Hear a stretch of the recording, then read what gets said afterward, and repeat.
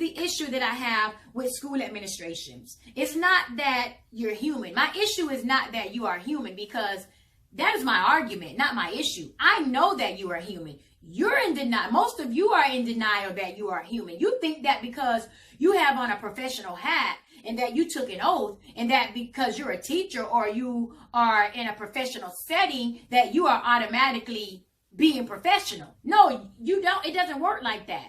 You have the title, but sometimes your actions and the way that you resolve situations are not professional. I know this because the school board needs to retrain their staff. They need to retrain the principals. They need to train the teachers on how to handle parents like myself. Because a parent has a right to, number one, express their concern about their child. Number two, they have a right to express themselves however they want to express themselves. As long as they don't put their hands on the administration needs to have enough respect for a parent and the situation to just let that parent vent. That's what you're doing. Seems aggressive. We're not there to make you comfortable.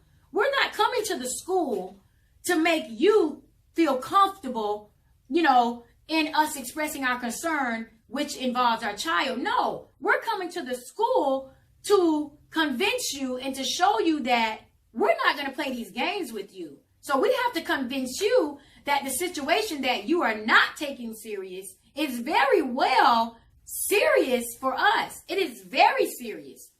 And we can't express to you how serious it is for us without, you see that little frown right there? Without us frowning up, and without us staring you up and down, and without us saying, wait a minute, what?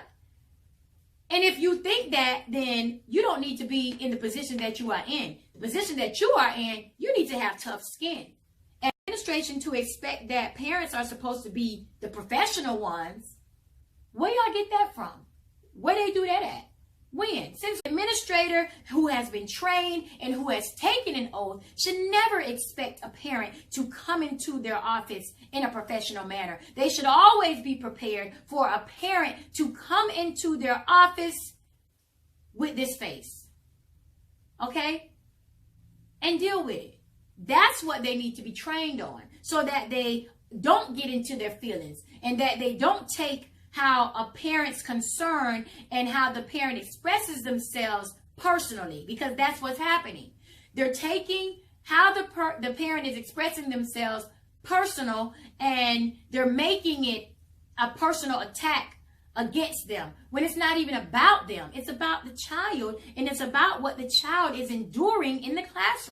I have trained myself over the years to expect certain things from certain people. So if someone comes to me and they have an issue in regards to something I might have said or something I did, I have already prepared myself for the worst of what they could say and the worst of what they could possibly do. So now I'm prepared to try and bring a resolve to the situation the best I know how, even with the person screaming at the top of their lungs.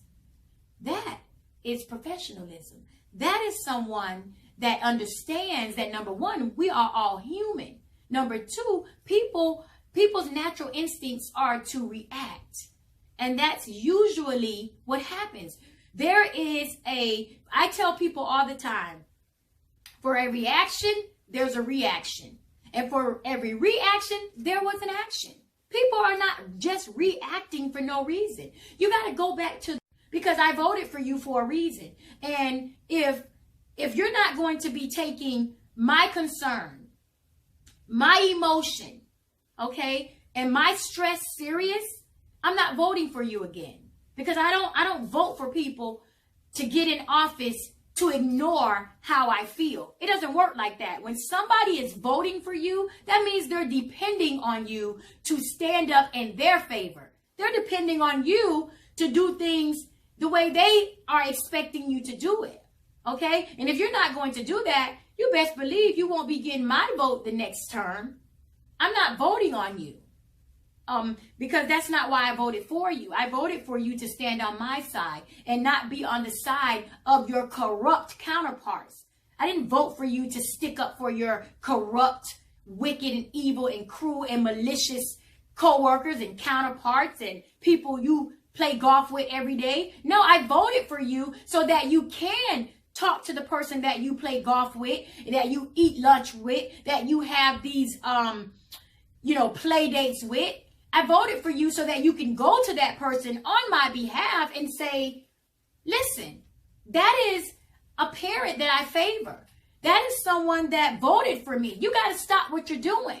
And if you don't stop what you're doing, I'm going to have to stop you whether we have a friendship or relationship or not.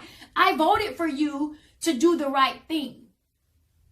That's why we vote for you.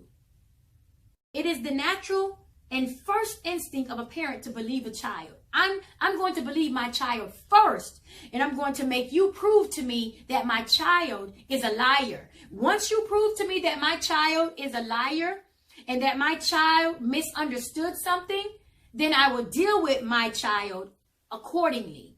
Okay? But until then, you best believe when I come into your office, I'm coming in with the mindset that my child is right. But I'm going to give you the platform. I'm going to give you the podium. I'm going to give you the mic to prove to me that my child is wrong. That's how that's